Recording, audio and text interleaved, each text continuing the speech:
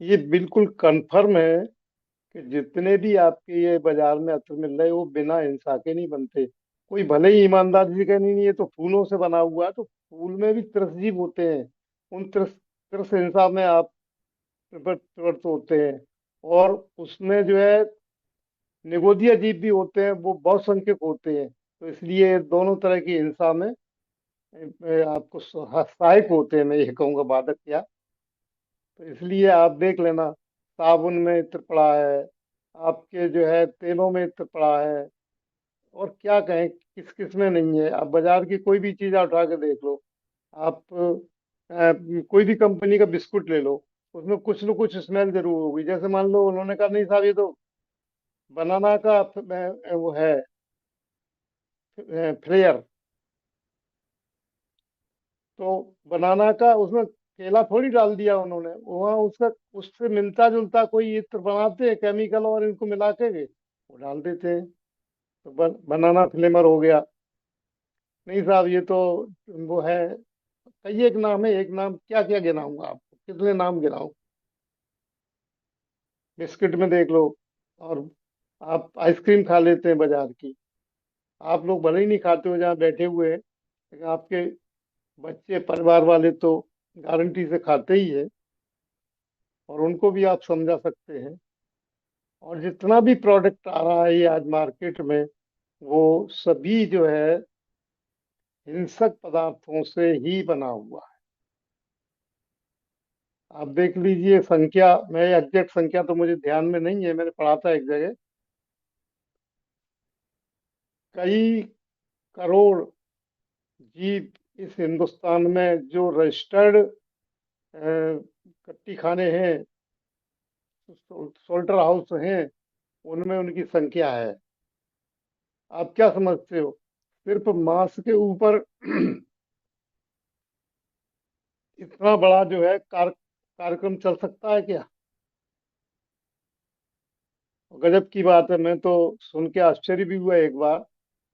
ऐसी चर्चा हुई थी तो बोले साहब वो जो है, जो पशु हमारे दूध के लिए पाले जाते हैं, और उनकी नॉर्मल लाइफ, मतलब जैसे भैंस या गाय है, तो 20 से 25 साल होती है। किसी किसी की 30 साल भी हो सकती है। लेकिन दूध देने की क्षमता इनकी 3 साल बाद शुरू हो जाती है। और फिर इनको हर 8 9 महीने बाद, 8 7 8 महीने बाद, जैसे ही दूध इनका कम होने लगा, उनको कृत्रिम गर्भाधान करवा दिया जाता है। और इनके बच्चों को खाना कौन खिलाए, तो उनको मार दिया जाता है। गांव में भी बेच देते हैं, थोड़ा बड़ा हो गया तो वो कट्टी खाने में ही जाते हैं ज्यादातर। और मादा और नर में थोड़ा अंतर पड़ता है, मैं ज्यादा डिटेल में नहीं जा रहा हूँ। मैं तो अपनी बात को यहाँ सिद्ध करना चाहता हूँ कि वहाँ जो है आपको सिर्फ मांस के ऊपर एक 50 60 हजार रुपए का, जिसका दूध देना बंद कर दिया है उस पशु को कट्टी खाने के लिए, 50 से लेके और 80 90 हजार तक, 1 लाख तक बिकता है वो। आप विचार कर लीजिए कि उनके अन्य अवयवों को ये बाजार में नहीं बिकता होता, तो आप जो है क्या करते। और फिर दूसरी बात, आप बिल्कुल प्रैक्टिकल बात है, बिल्कुल 100% प्रैक्टिकल बात है। इतने सारे पशु रोज मारे जाते हैं, कभी आपने किसी पशु का कोई खून, कोई हड्डी, कोई मांस, कोई खाल, कोई अवयव कहीं भी किसी भी जगह ऐसे वेस्टेज फेंक दिया जाता हो तो बताइए आप।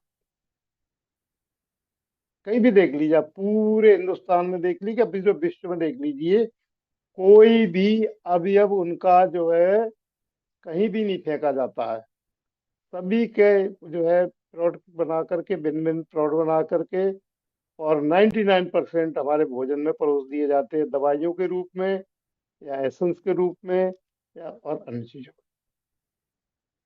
तो ये एक बड़ी गंभीर मामला है, और हमें इसके ऊपर विशेष ध्यान देना चाहिए। बातें तो बहुत है इसमें, और भी है। देखो, धर्म बिगड़ जाने के बाद यह जिन धर्म अनंत काल में भी नहीं मिलेगा। इसलिए जैन धर्म के धारकों को शरीर के 1000 खंड हो जाएं तो भी अभक्ष भक्षण नहीं करना चाहिए। अब होटल बाजार के बारे में लिखा है यहाँ इन्होंने, पढ़ लेना ये। 138 से लेकर के और 143 48 या 155 तक आप पढ़ेंगे तो आपको पूरा प्रकरण इसमें क्लियर होगा। मैं ज्यादा समय नहीं ले रहा हूँ आपका इसमें। एक ये आप उनकी अ, राजा अरविंद की कहानी भी पढ़ लेना, उसमें बहुत शॉर्ट में दी है उन्होंने, पंडित साहब ने। इसलिए जो है आप क्या कहें, अब आप लोग जो है, एक छोटी सी चीज बता दें आपको। आप अपने घरों से मुझे मालूम है 100% लोग जितने यहाँ बैठे उनमें जो है 100% बाजार की शक्कर, यानी दाना शक्कर, या जो है रिफाइंड तेल आदि को नहीं छोड़ पाए हैं। वो घर में यूज करते नहीं साहब, मैं घर का बना खाता हूँ। अब आप रिफाइंड शक्कर खाएंगे, उसमें भी आपका जो है बोन चार पड़ा हुआ है। बोन चार हड्डियों को जला करके उसका पाउडर बनाया जाता है, उसको बोन चार बोलते हैं। ठीक है। तो ऐसे ही आप अपने घर में देखिए, आप अपने गरेबाने में खुद झांकिए, हम क्या कर रहे हैं और क्या होना चाहिए। ये प्रकरण आज थोड़ा सा मेरा मन हुआ था। मैं ये रतनगढ़ साहब का चार का दोबारा से स्वाध्याय कर रहा था, उसमें फिर ये प्रकरण निकला, तो मैंने कहा थोड़ा सा इसको अपन डिस्कस करेंगे। बातें बहुत है इसमें, आप पढ़ लेना, स्वयं पढ़ लेना, आप तो आपकी समझ में आ जाएगा। जो समझ में नहीं आया पूछ लेना आप मुझे। रात्रि भोजन के बारे में कहा था, इसमें लिखा हुआ है दिन का बना हुआ तो रात्रि को खा सकते हैं, किसने प्रश्न कर दिया। उस पर भी अतल अतलमपटता, अतिलोलुपता आदि के उन्होंने बताया इस बारे में, आप पढ़ लेना उसको। अब मैं जो आपका भ्रांतियों का प्रकरण है, मैं उस बारे में आपको अब थोड़ा सा जो है उस प्रकरण को अब लेंगे हम। अब थोड़ी सी भ्रांतियों पर अपन चर्चा कर रहे हैं। आप लोगों के किसी के कुछ भ्रांतियों के बारे में, या कुछ भ्रांतियों है कि नहीं, ये पूछना चाहे तो आप अभी प्रश्न आप लिख लें, या अभी पूछ सकते हैं, बात को जब भी पूछना चाहे पूछ लें।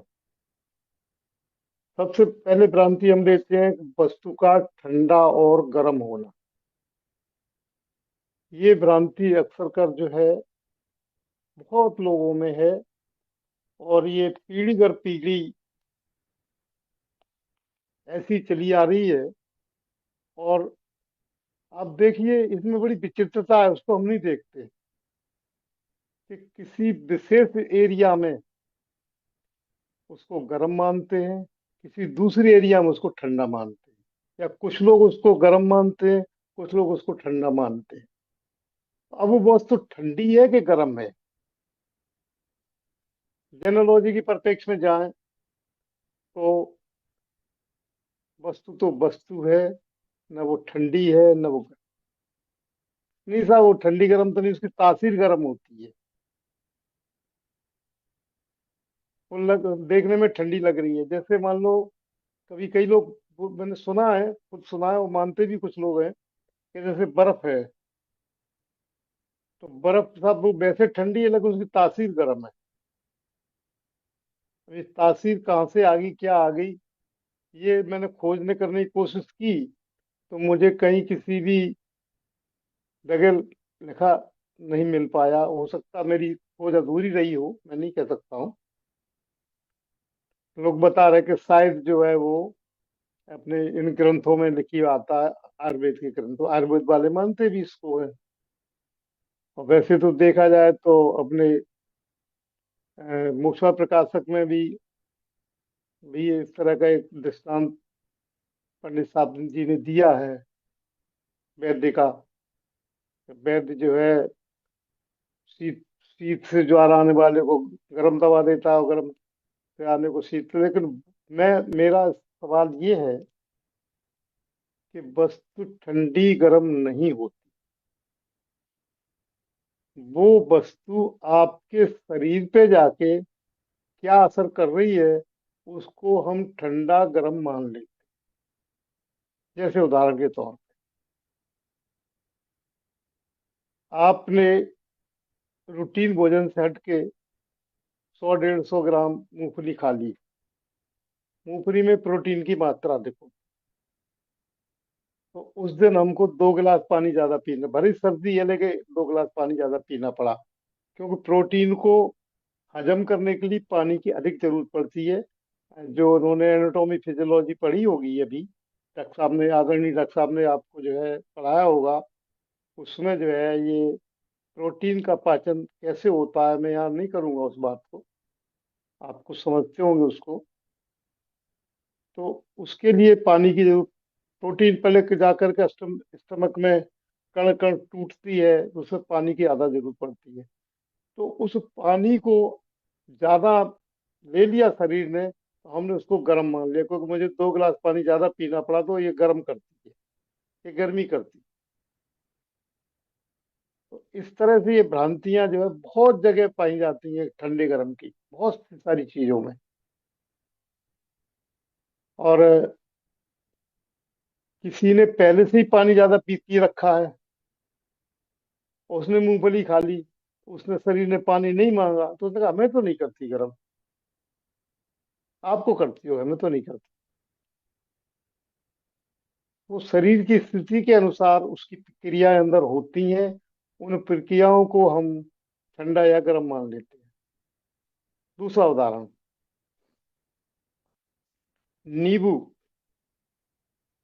हमने नींबू का सेवन किया पानी के साथ या अन्य किसी तरीके से, तो उसमें विटामिन सी की मात्रा अधिक होती है।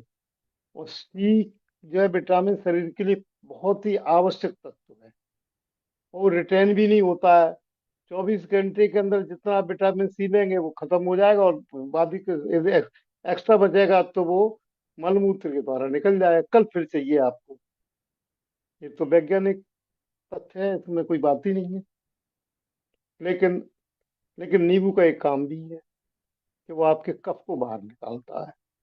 जब कफ बाहर निकलेगा तो नाक से पानी भी बहेगा, और गले में खराश भी होगी, और गले में खांसी भी होगी, तो कफ अटका है गले में, तो जैसे नींबू आपने लिया तो थोड़ी खांसी आकर के बाहर निकल जाएगा वो। लेकिन हम इसको रोग मान लेते। एक लोग कहते भी हैं, सभी सभी झगड़ों की जड़ खांसी, और सभी रोगों की जड़ खांसी। तो वो रोगों की जड़ नहीं है, खांसी तो आपको रोग ठीक करने के लिए आई, ये मान्यता अलग है, वो मैं बता चुका हूँ आपको। तो इस तरह से ये, अब उसको क्या है कि नींबू को ठंडा मान लिया। बहुत से लोग हैं अपने समाज में सभी जगह देखते हैं, वो पूरी सर्दियों भर नींबू नहीं लेंगे, संतरा नहीं लेंगे, मौसमी नहीं लेंगे, और अमरूद नहीं खाएंगे, कोई भी खट्टे फल नहीं खाएंगे। तो उन भले लोगों से ये पूछा जाए, भैया अपनी प्रकृति जो ये पैदा करती है चीजें, सर्दियों में ही क्यों करती है फिर वो? और यदि वो सर्दी में करती है तो लोग खाने के लिए नहीं करती क्या? लेकिन वो नहीं साहब, हमको तो खांसी हो जाती है, हमको तो गले में खराश हो जाती है, हमको तो ये हो जाता। और फिर वो बीमार, कई एक बीमारियां लग जाती है, क्योंकि उनको पोषक तत्व जो आवश्यक है वो पोषक तत्व नहीं होकर के नहीं मिलते हैं, तो कुपोषण हो जाता है। और फिर हमारे उसमें एक बहुत बड़े सहायक हमारे जो है आज के एलोपैथी के डॉक्टर हैं, वो उनको अ, गोलियां दे देंगे, आज ये तो विटामिन की सी खा लो, विटामिन B12 की खा लो, विटामिन B2 की खा लो, और गोलियां उन्होंने बना रखी हैं आपके लिए, आपके। लेकिन उनसे न तो विटामिन बढ़ता है, न विटामिन सी बढ़ता है, कुछ भी नहीं होता। ये सिर्फ आपको सरवाइव नहीं करती, उन डॉक्टरों को और उन फैक्ट्रियों को जहाँ बन रही हैं उनको सरवाइव कर सब चीज। आप कहोगे नहीं साहब आप तो बिल्कुल एलोपैथी के हाथ धो के पीछे ही पड़ गए हैं। बिल्कुल सही बात है। मैंने अपने जीवन में जो पूर्व में नेचुरोपैथी में आने से पहले जो अनुभव किया है उसके आधार पर मैं कहता हूँ, और आज भी देखने को मिलता है कि कितनी ज्यादा जो है भ्रांत वो गड़बड़ी है। अभी भास्कर में मैंने ग्रुप में डाला भी था, वो आप पढ़ा होगा आपने। भास्कर का एक सर्वे है, दैनिक भास्कर अखबार का।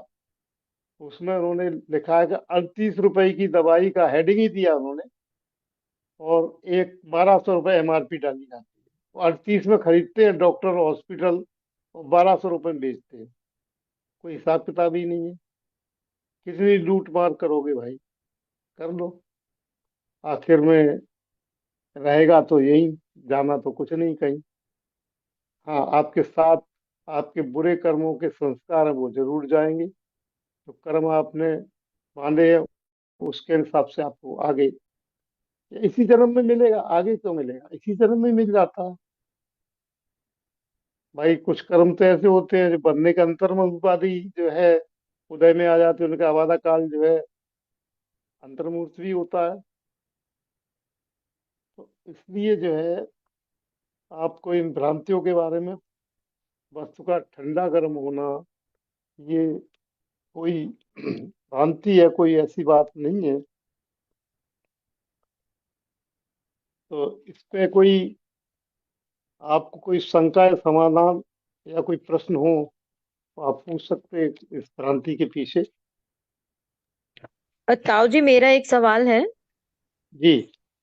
जैसे करेले आदि की सब्जी है, तो हम्म। इसमें कौन सी चीज ज्यादा मात्रा में पाई जाती है जिसके बाद, मतलब अगर रोगी की अवस्था में हो, स्वस्थ व्यक्ति हो तो उसे तो कोई फर्क नहीं पड़ेगा, पर जो रोग की अवस्था में है उसे मना किया गया है कि आपको करेला आदि ऐसे कुछ समय के लिए नहीं लेना है।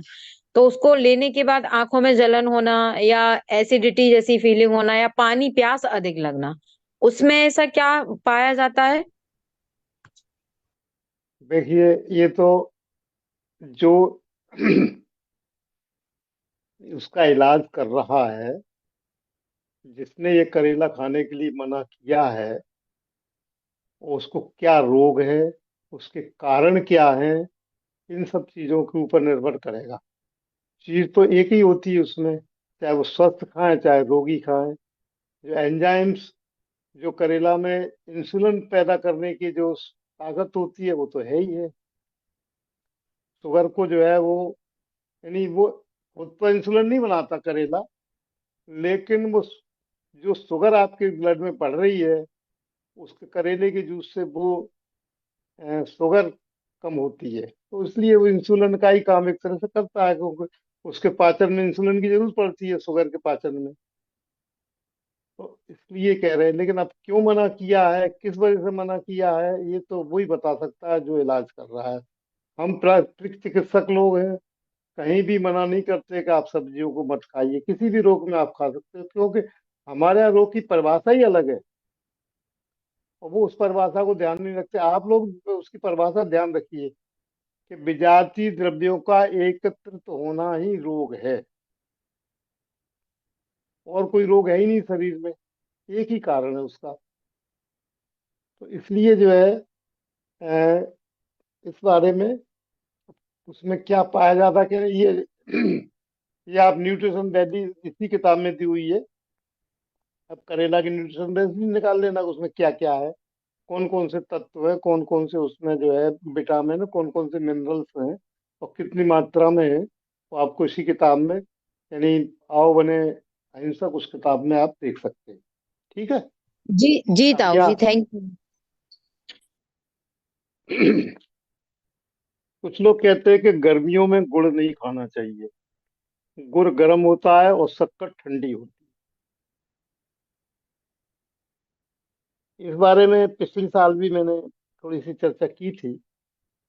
कि पिछले साल के जो यहाँ कोई अदवाई भी थे, कोई श्रोता, उनको उनके ज्ञान में आ गया होगा कि वास्तव में क्या है ये ये इस तरह की भ्रांतियां क्यों फैलाई जाती हैं, इनका कारण क्या है, मैं आपको 1 मिनट के अंदर बताता हूँ।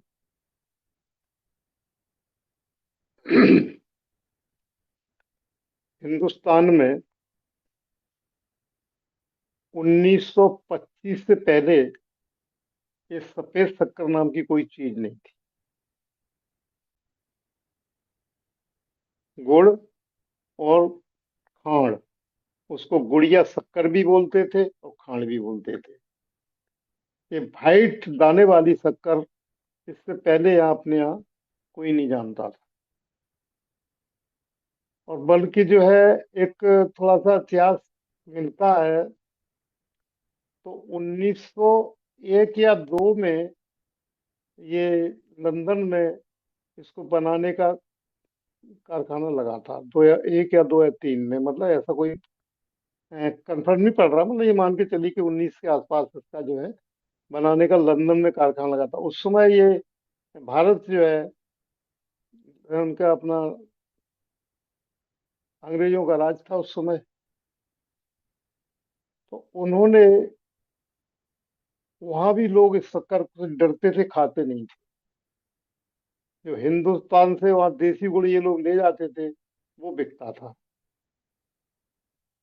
तो वो फैक्ट्रियां जो इन्होंने लगाई थी वहाँ, वो बंद होने के स्थिति पे आ गई कुछ सालों में। तो उन्होंने कहा चलो अपन हिंदुस्तान में बेचे, तो यहाँ तो वैसे ही कोई नहीं जानते थे, तो यहाँ भी उसकी बिक्री नहीं हुई। तो ये सब काम चलते चलते मतलब 25-30 साल, 40 साल निकल गए, और वो स्थिति जो की त्यों यानी वैसी ही रही। हिंदुस्तान लोग पसंद नहीं करते थे उसको। लेकिन उन्होंने एक एक आइडिया लगाया कि हिंदुस्तान में गर्मी पड़ती है 10 महीने, 9 महीने, और 3 महीने सर्दी पड़ती है। तो उन्होंने धीरे धीरे प्रचार करना शुरू कर दिया कि गुड़ गर्म होता है, और वो जो है आप सर्दियों में ही खाएं, गर्मियों में नहीं खाएं, गर्मियों में शक्कर। ये धीरे धीरे प्रचलित होते होते इस स्थिति पे आ गया कि हिंदुस्तान में लोग सफेद शक्कर खाना शुरू कर दिया, और फिर उसको जो है स्टेटस का संबल बना दिया गया। भाई गुड़ तो काला पीला हमें अच्छा नहीं लगता, हमारे शक्कर आती है यूज, हम शक्कर करते हैं। ऐसा एक स्टेटस का संबल हो गया शक्कर खाना और गुड़ खाना। यानी गुड़ तो वो लोग खाएं जो गरीब हैं, जिनके पास पैसे कम हैं। लेकिन समय की बलिहारी देखिए, आज गुड़ और शक्कर के भाव लगभग एक जैसे हैं, बल्कि जो शुद्ध गुड़ है बिल्कुल बिना केमिकल आदि का, उसकी कीमत ज्यादा है शक्कर से भी। इस समय की बात है। लेकिन हम अपनी मेंटेलिटी आज भी वही बरकरार रखे हैं कि हम गुड़ सर्दियों में खाएंगे और शक्कर गर्मियों में खाएंगे। तो फिर भी जो है शक्कर ज्यादा कंजम्पशन होता है। और कालांतर में जो समय निकल गया, उसमें शक्कर पे कंट्रोल रहती थी। शक्कर जो है राशन कार्ड के द्वारा मिला करती थी, क्योंकि उत्पादन कम था, खपत ज्यादा थी, और गुड़ वैसे ही अवेलेबल होता था। ये लगभग आज से ज्यादा टाइम नहीं हुआ है, 25-30 साल पहले की बात है। 30-35 हो गई होंगी, एग्जैक्ट नहीं मालूम मुझे। तो कहने का मतलब यह है कि इस तरह की भ्रांतियां बहुत गड़बड़ हैं। आप 12 महीने गुड़ को खाया जा सकता है। गुड़ में जो गुड़ है, यानी मैं उस गुड़ की बात कर रहा हूँ जिसमें केमिकल नहीं पड़ा है। गुड़ में जो गुण है, उससे आप 9 महीने, इस एक भ्रांति के कारण अलग रहते हैं। 9 महीने तक आप गुड़ नहीं खाते हैं। और शक्कर की जो बुराइयां हैं, उनको आप 12 महीने, जब आदत पड़ जाती है तो 3 महीने भी शक्कर ही खाते हैं। चाय में शक्कर ही पड़ेगी, गुड़ नहीं पड़ेगा चाय में, क्योंकि गुड़ अच्छा नहीं लगता है। क्योंकि हमने ऐसा एक अपना माइंड में कर दिया है कि ये लाल है, काला है, पीला है। तो इस माइंड की वजह से लोगों ने गुड़ में भी केमिकल मिलाना शुरू करके उसको सफेद जैसा बनाना शुरू किया है, व्हाइट जैसा बनाना शुरू किया है। अब देख लीजिए, अब सर्दी आ गई, अब गुड़ के लिए लोग करेंगे। और शक्कर को अभी कम खाएंगे, कम बिक्री होती है।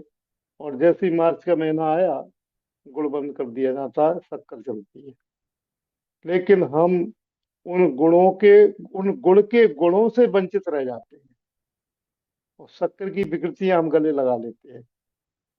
शक्कर अभक्ष की श्रेणी में आता है कि उसको, उसमें जो चमक आती है ना, दाना बनता है, जो चमक आती है, वो बोन चार से आती है। बोन चार मतलब हड्डियों का कोयला। चार कहते हैं कोयला को, बोन कहते हैं हड्डियों को, सीधा अर्थ है। कोई उसमें वो नहीं है, बिल्कुल स्पष्ट अर्थ है वो। उसको जो है ये लोग यूज करते हैं।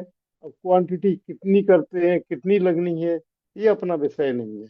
अपन तो ये मान के चलते हैं कि सुई की नोक के बराबर भी यदि कोई अभक्ष है तो है। नहीं साहब, वहां तो कम था, और ये तो जो है, ऐसे विचार भी गलत है। इसलिए जो है, आप लोग, मेरा आपसे, यहाँ जहाँ तक आपकी आवाज जाए, जहाँ तक आपकी बात मानी जाए, वहां तक शुद्ध गुड़ को 12 महीने इस्तेमाल करिए। मैं स्वयं शुद्ध गुड़ का ही 12 महीने इस्तेमाल करता हूँ। कभी भी हमारी खीर बने या कुछ और बने घर में मीठी, तो हम तो गुड़ का ही इस्तेमाल करते हैं। आदरणीय पंडित पंडित साहब भी कभी उन्होंने खांड का इस्तेमाल नहीं किया, शक्कर का इस्तेमाल नहीं किया, गुड़ ही लेते थे वो कहते भी थे, आदरणीय पंडित पंडित साहब, कि गुड़ के सारे गुण निकाल लो और थोड़ा सा उसमें जहर मिला लो, शक्कर बन गई। एक बार फिर से, गुड़ के सारे गुण गुण मतलब गुड़ के सारे गुण, गुण यानी गुण कह लो, गुण कह लो, उनको अलग निकाल के अलग कर दो, और उसमें थोड़ा सा जहर मिला दो, तो वो शक्कर बन जाती है। कई बार प्रवचनों में ये शब्द कहे, मैंने खुद सुने। और आज भी बता दें आपको, ग्रामीण क्षेत्र में आज भी गर्मियों में भी गुड़ ही खाया जाता है। चावल खाने से सर्दी हो जाती है, जोड़ों में दर्द हो जाता है, यह भी एक बहुत बड़ी भ्रांति है। यदि चावल खाने से जोड़ों में दर्द होता, तो देश के 60% लोग सिर्फ चावल ही खाते हैं। उन सभी के दर्द होना चाहिए था। वास्तव में दर्द तो हमारे बेमेल आहार व अधिक भोजन आदि के सेवन से होता है। समझ में आई बात कि नहीं आई? खुलासा जी करना है तभी। इसका क्या? समझ में आ गई? इसका खुलासा करें कि नहीं करें, जो बता, फिर नहीं आगे बढ़े, क्योंकि समय तो थोड़ा ही रह गया है। बोले भाई। और जी, जिन लोगों को शायद ना पता हो तो उसका खुलासा कर दीजिए आप, क्योंकि किसी का हैंड रेज नहीं हो रहा है तो मैं उनकी तरफ हम्म। से बोल दे रही हूँ। अच्छा अच्छा, चलो ठीक है। उसमें जो है ऐसा है भाई, कि अपने यहाँ जो एक पद्धति है, बड़ी विचित्र है। मैं बात यहाँ से शुरू करता हूँ। हम घर का कोई भी, घर वालों को चलो मालूम ही पड़ जाता कि आज चावल भी बने हैं। बाकी यदि कोई मेहमान आया तो उसको पता ही नहीं पड़ता कि चावल बने हैं। और एक सिस्टम बना रखा है, ज्यादातर घरों में मैंने देखा है, कई एक परिवारों में भोजन के लिए कई बार गया हूँ, वहां भी देखा मैंने। पहले आपको सब्जी दाल रोटी वगैरह जो भी है थाली में लगा दी जाएगी, और आपको सब्जी की तो नहीं पूछी जाएगी, सब्जी की कम पड़ेगी तो आपको इशारा करना पड़ेगा कि कटोरी में सब्जी रख दो।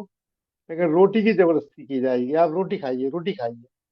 जब पूरा पेट हो गया, यानी आपको जितना खाना तो खा चुके, फिर चावल आ गए। अब चावल में लालच भी देते हैं, उसमें दूध भी डाल देते हैं, शक्कर भी, घी भी, और वैसे भी जैसा आपका बने बने वैसा कर लो। तो वास्तव में क्या है, इससे चावल से जो परेशानी हुई है, यानी सर्दी होना, या पेट भारी होना, या कुपच होना, या एसिडिटी बनना, तो वो हुआ तो ओवर ईटिंग की वजह से, आपने अधिक भोजन कर लिया, इस वजह से हुआ है। और चूंकि आपने चावल सबसे बाद को खाए तो चावल को दोष दे दिया कि चावल से ऐसा हुआ। ये भ्रांति है। यदि आपको खीर खानी है तो पहले खीर खा लो ना। चावल खाना, पहले चावल खा लो। फिर पेट में जगह बचे तो रोटी खाना, नहीं मत खाना। उसका एक बचने का तरीका ये है। लेकिन अंत में खाने की वजह से, ओवर ईटिंग होने की वजह से, ये हमको जो है नुकसानदायक रहता है। और हम इसके दोष दे देते हैं कि चावल से हमारा ये पेट खराब हुआ, सर्दी हमको हुई, और अन्य सारे रोग हुए। वास्तव में चावल का दोष नहीं है, दोष है ओवर ईटिंग का। हमने अधिक भोजन किया है। लेकिन दोष चावल को दिया जाता है और उसको अवॉइड किया जाता है।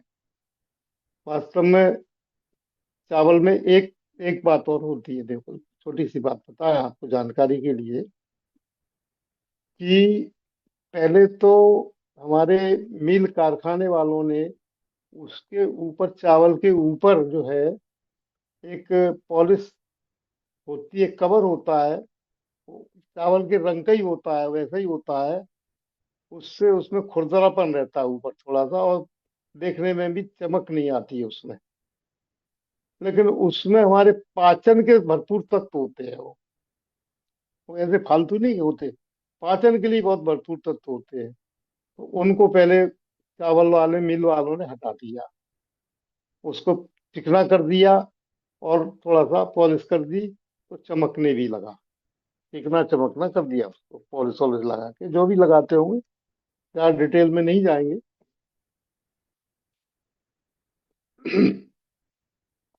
तो उसके पचाने की शक्ति कम हो गई, पाचन की शक्ति कम हो गई।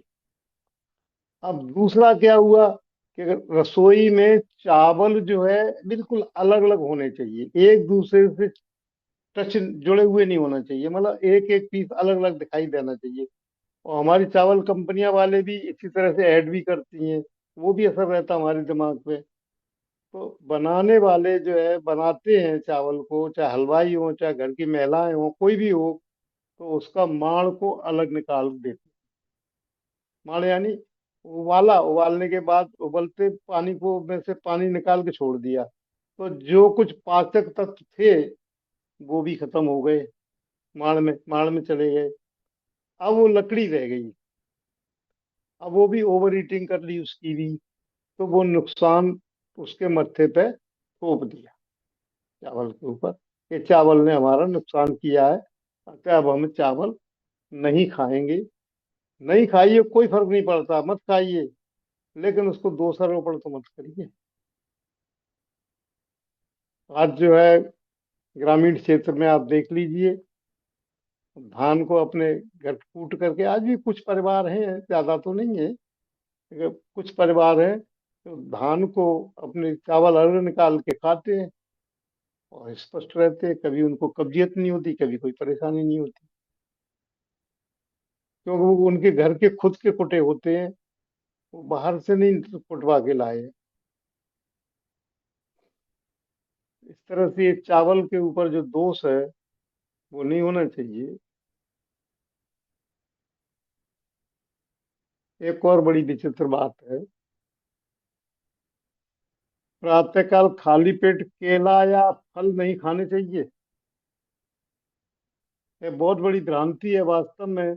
नाश्ता में तो फल या फलों का रस भी ही बहुत लाभकारी होता है, लेकिन खट्टे मीठे फल एक साथ नहीं खाने चाहिए, तथा फलों के साथ सब्जियां नहीं खानी चाहिए।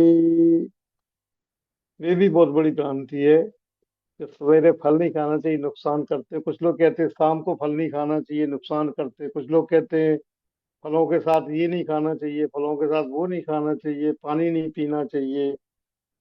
और इसलिए हम जो है मंदिर से आने के बाद खाते हैं, क्यों, क्या फल खा के हाली पानी पियेंगे तो झूठे मुंह तो मंदिर जाएंगे नहीं, आदि आदि। ये सारी बातें जो है इस तरह से इसमें आपको भ्रमाती है।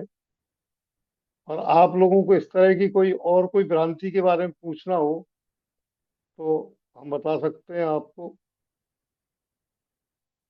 नहीं तो फिर हम अपनी ओर से कुछ भ्रांतियां और खड़ी करेंगे यहाँ। बताइए आप। एक भ्रांति ये भी है बाजार में लोगों को, ऐसा प्राकृतिक चिकित्सा तो हम नहीं कर पाते। क्यों नहीं कर पाते? बोले उसमें बहुत महंगे महंगे फल खाने को दिए जाते। देखो भैया, प्राकृतिक चिकित्सा में महंगे और सस्ते से कोई मतलब नहीं। ये लोगों की भ्रांति है कि महंगे फल दिए जाते हैं। ठीक है, आप लोग जो है सामर्थ्य हैं, अ, जैसी सभा जहाँ होती है वैसा बताएं। एक छोटा सा आपको दृष्टांत दें कि बॉम्बे में एक बार जो है हम इसी तरह से लाइव, ऑनलाइन नहीं, बिल्कुल हॉल में क्लास ले रहे थे। तो एक सज्जन ने हाथ ऊंचा करके बोले, साहब मैं कुछ कहना चाहता हूँ। मैंने कहा स्वागत है, कहिए। उन्होंने कहा कि साहब आप लोग जो है अनार खाइए, संतरा खाइए, मौसमी खाइए, सेव खाइए, ये बताते हैं भोजन में। तो ये तो बहुत महंगे आते हैं, 200 250 किलो तक आते हैं ये। तो मैंने कहा भैया ऐसा नहीं है। प्राकृतिक चिकित्सा में जो व्यक्ति जैसा होता है उसको वैसे बताया जाता है। संपन्न लोगों को ये सारी चीजें बताई जाती है, क्योंकि संपन्न लोगों को यदि हम उनसे कहें कि तुम भैया मूली की पत्ती का रस ले लेना 1 कटोरी, तो उन्हें क्या बता दिया है, ये तो फ्री में बाजार में पड़ी रहती है, कौन खाएगा इसे? तो इसलिए जो है उनको वो बताया जाता है। और जो वास्तव में अ, जो जन अ, गरीब लोग हैं, जिनके पास पैसे की कमी है, वो इतने महंगे फल नहीं खरीद सकते हैं। तो उनके लिए तो खुली बाजार में आप पत्तियों वाली सब्जी ले आइए, कुछ तो फ्री मिल जाएगी। बहुत से लोग जो मूले की पत्ती को जो है फेंक देते हैं, जड़ ले जाते हैं घर, मतलब कचरा घर ले जाते हैं, उपयोगी चीज बाहर फेंक देते हैं। तो आप उसको ले आइए, फ्री मिल जाता है सब्जियों में ज्यादातर। ये आपके पत्ता गोभी है, पत्ता गोभी के जो ऊपर के पत्ते निकलते हैं, आप उनको ले आइए, उनका जूस ले लीजिए, आपको प्राकृतिक चिकित्सा और अच्छी तरह से हो जाएगी फल लेने वाले की अपेक्षा। आपको जल्दी लाभ मिलेगा। ऐसी बहुत सारी चीजें हैं। आप आज जैसे मान लो, अब तो खैर कद्दू भी बहुत महंगा हो गया है, नहीं पहले कद्दू बहुत सस्ता बिका करता था। तो आप कद्दू की सब्जी बना के खा लीजिए, आपका हो जाएगा काम। आपको सेव खाने की जरूरत नहीं है, विटामिन D12 B2 के लिए जरूरत नहीं है। ठीक है, इस तरह से हम ये देखते हैं कि आहार में भ्रांतियां, खाने पीने में भ्रांतियां, और भी कई एक भ्रांतियां हैं। एक बहुत बड़ी भ्रांति है, ये इस पर जरूर चर्चा करना चाहेंगे हम। लोग अक्सर कर कहते हैं कितनी भी बीमारी क्यों नहीं हो, कितना भी फीवर क्यों नहीं हो, 104 डिग्री 5 डिग्री, भाई थोड़ा तो आप ये खिचड़ी तो ले ही लो। आप रोटी नहीं खा पा रहे, कोई बात नहीं, ये खिचड़ी तो आप ले लो। तो दूसरी बात, वहां ये कहते हैं कि रोटी नहीं खाओगे तो कमजोर हो जाओगे। भाई कमजोरी तो शरीर में रोग के कारण आ रही है, और उसके रोग के कारण विजातीय द्रव्य आपके अंदर एकत्रित हो गए हैं। ठीक है ना? तो लेकिन हम क्या मानते हैं कि रोटी नहीं खाएंगे तो कमजोर हो जाएंगे। कमजोर तो आप हो ही रहे हैं, क्योंकि विजातीय द्रव्य एकत्रित हो गए, आपको शरीर को मौका नहीं दे रहे आप उसको ठीक करें, उसमें एकत्रित द्रव्य को बाहर निकाल के फेंके। और रोटी को दोष दे रहे हैं, रोटी नहीं खाओगे तो कमजोर हो जाओगे। वास्तव में जिस रोगी को जो भोजन बताया जाए, वो उस आहार को ही ग्रहण करे, तो प्राकृतिक चिकित्सा कर सकता है। और नहीं तो उसको संभव नहीं है प्राकृतिक चिकित्सा करना। प्राकृतिक चिकित्सा में ठीक होने में देर लगती है। ये अक्सर कर लोग कहते हैं, अरे साहब वो जल्दी नहीं होता, वो टाइम बहुत लग जाता है और परेशान हो जाते हैं। मान लो छोटी सी बात है, सिर दर्द हुआ, तो प्राकृतिक चिकित्सा में 2 दिन 3 दिन लगेंगे। सिर दर्द का पहले कारण खोजा जाएगा कि आपके सिर दर्द हुआ क्यों है। उस कारण को संभालने के लिए जड़ से सिर दर्द निकाला जाएगा। लेकिन अन्य पैथियों में, आयुर्वेद और इसमें, उनसे पूछा जाएगा कि आपको जो है ठीक होने में देर लगती है। ये एक बहुत ही बड़ा भ्रम है। जो तीव्र रोग जैसे खांसी, जुकाम, बुखार, दस्त, उल्टी आदि में प्राकृतिक चिकित्सा से बहुत शीघ्र लाभ मिलता है, तथा जो जीर्ण रोग हैं जैसे दमा, हृदय रोग, पोलियो, टीबी, कैंसर आदि में जब व्यक्ति दवाएं खा खा करके थक जाता है, वैद्य डॉक्टर जवाब दे देते हैं, जीवन शक्ति बहुत कमजोर हो जाती है, तब वो प्राकृतिक माँ की गोद में आते हैं तो निरोग निरोग हो जाते हैं। देखो भैया, सीधी सी बात है कि रोगों को प्राकृतिक चिकित्सा में दो तरह से, एक तो जीर्ण रोग, एक तीव्र रोग। तीव्र रोग तो आप एलोपैथी की अपेक्षा बहुत जल्दी ठीक होते हैं। यानी आप यदि उसको इलाज पूरा कर लेंगे तो 3 या 4 दिन से ज्यादा आपको सर्दी, जुकाम, पेट दर्द आदि ये सब चीजें जो है नहीं चलेंगी, आप जल्दी ठीक हो जाएंगे। लेकिन तीव्र रोग में, जीर्ण रोग में क्या होता है कि रोगी जब रोग शुरू होता है उस समय तो आता नहीं है। वो दवाएं खा खा के अपनी पहले विकृति कर लेता है, और सारे उसके जो है अवयव डिस्टर्ब हो जाते हैं, ग्रंथियां गड़बड़ हो जाती हैं, सारी चीजें हिरास के ऊपर और जाता है, पूरे अवयव वगैरह सभी, किडनी, लीवर, ये वो सब जोड़ लेना, सब लगा लेना, ज्यादा नहीं बोल रहा हूँ मैं। वो जब गड़बड़ हो जाते हैं तो उनको ठीक करने में, या कमजोरी होती है तो ठीक करने में कुछ वक्त तो लगेगा, ये तो पक्की बात है। हाँ हाँ, अब आपका सिर दर्द अकेला है और आपने एक गोली खा ली, आप आधे घंटे बाद ठीक हो गए, लेकिन वो सिर दर्द गया नहीं है आपका। सिर दर्द अपनी जगह चल रहा है, लेकिन उसका एहसास आपको नहीं हो रहा है, उसके कारण नहीं निकले अभी तक आपके। और जब जो है कारण निकालने के लिए उसके ऊपर जो है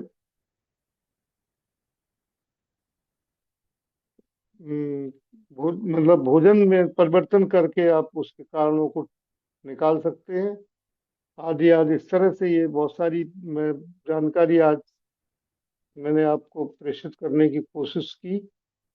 और अभी जो है समय भी अपना 5 मिनट ज्यादा हो चुके हैं। चलिए अब यहाँ अपन इस प्रकरण को यहाँ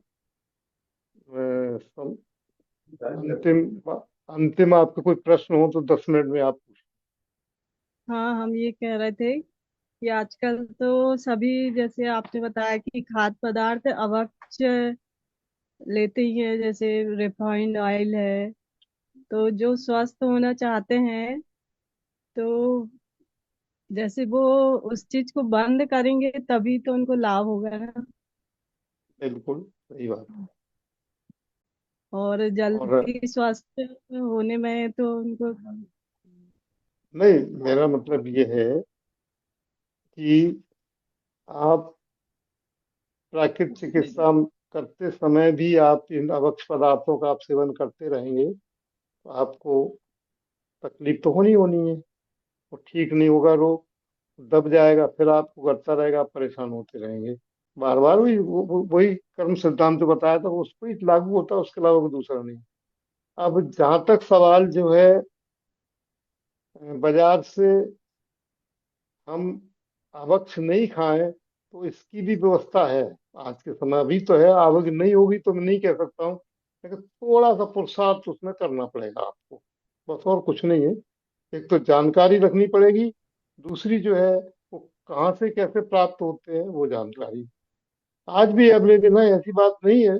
अभी आपका जो कैंप लगने वाला है, जिसमें अभी मेरे पास करीब 28 29 रजिस्ट्रेशन आ चुके हैं, बाकी और अभी तो 1.5 महीने करीब टाइम रखा है। तो हमारा उद्देश्य मात्र जो है 50 60 लोगों को प्रशिक्षण देने हो पाएगा, इससे ज्यादा वहाँ जो है व्यवस्थाएं नहीं है। तो वहाँ भी हम आपको 3 दिन तक जो है बिल्कुल निर्दोष और स्वादिष्ट भोजन कराएंगे। और उनकी विधि भी बताएंगे बनाने की। ऐसा नहीं कि वो वस्तु कहाँ मिलती है, वो भी आपको बताएंगे। सारी व्यवस्था अल्टरनेट बताएंगे, थोड़ा सा पुरुषार्थ आपको करना पड़ेगा। आपकी ऐसी व्यवस्थाएं हैं तो आपको चीजें मिलेंगी। और आपको थोड़ा अपने जीभ पे कंट्रोल जरूर करना पड़ेगा। नहीं साहब, हम पूड़ियाँ तो खाते हैं लेकिन घी के बिना नहीं खाते। या या मूंगफली के तेल में स्मेल आती है, सरसों के तेल में स्मेल आ रही है, उसकी पूड़ियाँ पराठे नहीं खा सकते हम। तो ये तो कोई बात नहीं हुई। एक एग्जाम्पल दिया आपको। आपको शुद्ध जो चीज मिलेगी उसी में तो करोगे। अशुद्ध में करोगे तो अशुद्ध खाओगे, सीधी सी बात है। तो वो भी अपन को बदलना पड़ेगा। और ये मैं पहले ही बता चुका हूँ कि जो टेस्ट वर्ड्स होते हैं जीभ के ऊपर, मुंह में, यानी इनको स्वाद ग्रंथियां बोलते हैं हिंदी में, वो 4 दिन से लेकर 1 हफ्ते तक बदल बदल जाती। किसी की 4-5 दिन में बदल जाती, किसी की 5-6 दिन में बदलती है। वो बदलती रहती है। तो जो चीज आप लगातार 2-3-4-5 दिन तक इस्तेमाल करते रहेंगे तो वही चीज आपको अच्छी लगने लगेगी, दूसरी चीज अच्छी नहीं लगेगी। दृष्टांत तो एक इस संबंध में प्रैक्टिकल दृष्टांत क्या, प्रैक्टिकल हमारे जीवन में हुआ था। शॉर्ट में आपको बताता हूँ इस चीज का टेस्ट के बारे में। मैं दक्षिण यात्रा पे गया था, तो वहाँ हमने जाकर के गाड़ी ले ली थी। और ये उस समय की बात है जब उस समय वहाँ एक सुनामी लहर आई थी और जगह जगह पानी भरा हुआ था। तो हम लोगों को भोजन बनाने के लिए जगह नहीं मिल रही थी। गाँव से निकल रहे थे, इंटर रोड थी वो, और टाइम हो रहा था, रात होने वाली थी। मुश्किल से एक गांव में जो एक जगह एक बाहर पक्की मिल गई, जिसके ऊपर पानी वानी नहीं था वहाँ। और मैंने वहां जा करके देसी घी जो हम लेके गए थे साथ में अपने यहाँ से, उस वहाँ एक अपना स्टोव जला करके, मतलब वो गैस का जला करके भोजन बनाना शुरू कर दिया। तो उस ग्रामीण क्षेत्र की कुछ लड़के, लड़कियां और कुछ महिलाएं, वो दूर से तो एक 15-20 कदम दूर खड़े होकर के ये सारी चीजें प्रक्रिया देख रहे थे, ये लोग कैसे कर रहे हैं। एक नहीं थे वहाँ, लगभग 35 35 40 50 लोग लगभग खड़े हो गए थे वहाँ। तो जैसे ही हमने घी के पराठे सेकना शुरू किया, एकदम सब भाग गए। और नाक पे जो है वो, किसी ने हाथ रखा, किसी ने अपने पल्लू लगा लिया, किसी ने कुछ लगा लिया, और एकदम भागे वहां से। तो हमको बड़ा आश्चर्य हुआ, क्या बात है, हमें तो मालूम ही नहीं थी वो। तो उस मकान मालिक के एक डॉक्टर थे, एमबीबीएस डॉक्टर उसमें थे। तो जब मैंने उन्हें आज्ञा ली थी कि मैं यहाँ भोजन बनाना चाहता हूँ, तो वैसे तो उन्होंने कहा हमारी किचन में बना लो। तो मैंने कहा भाई आपकी किचन में तो मांस मदिरा बनता होगा। बोले हाँ बनता है। तो मैंने कहा वहाँ नहीं बनाऊंगा, मैं अपने बर्तनों से अपने पास ही बनाऊंगा। तो डॉक्टर साहब ने फिर हमें बताया कि इन लोगों को यहाँ मछली का तेल खाते हैं ये लोग। तो घी की सुगंध से ये लोग, उनको जो है एलर्जी है, घी का सुगंध लगेगा तो ये उनको उल्टियाँ आने लगी। अब बताइए, घी सुगंधित है या असुगंधित है? यदि ये सुगंधित है तो सभी को सुगंधित लगना चाहिए। और यदि असुगंधित है तो सभी को असुगंधित लगना चाहिए। देखो उनको तो खराब लग रहा है, अपने को अच्छा लग रहा है। तो ये क्या है? ये हमारी नासिका की जो ग्रंथियां हैं, उनमें जो हमारी आदत पड़ गई है, उन आदतों की वजह से हो रहा है।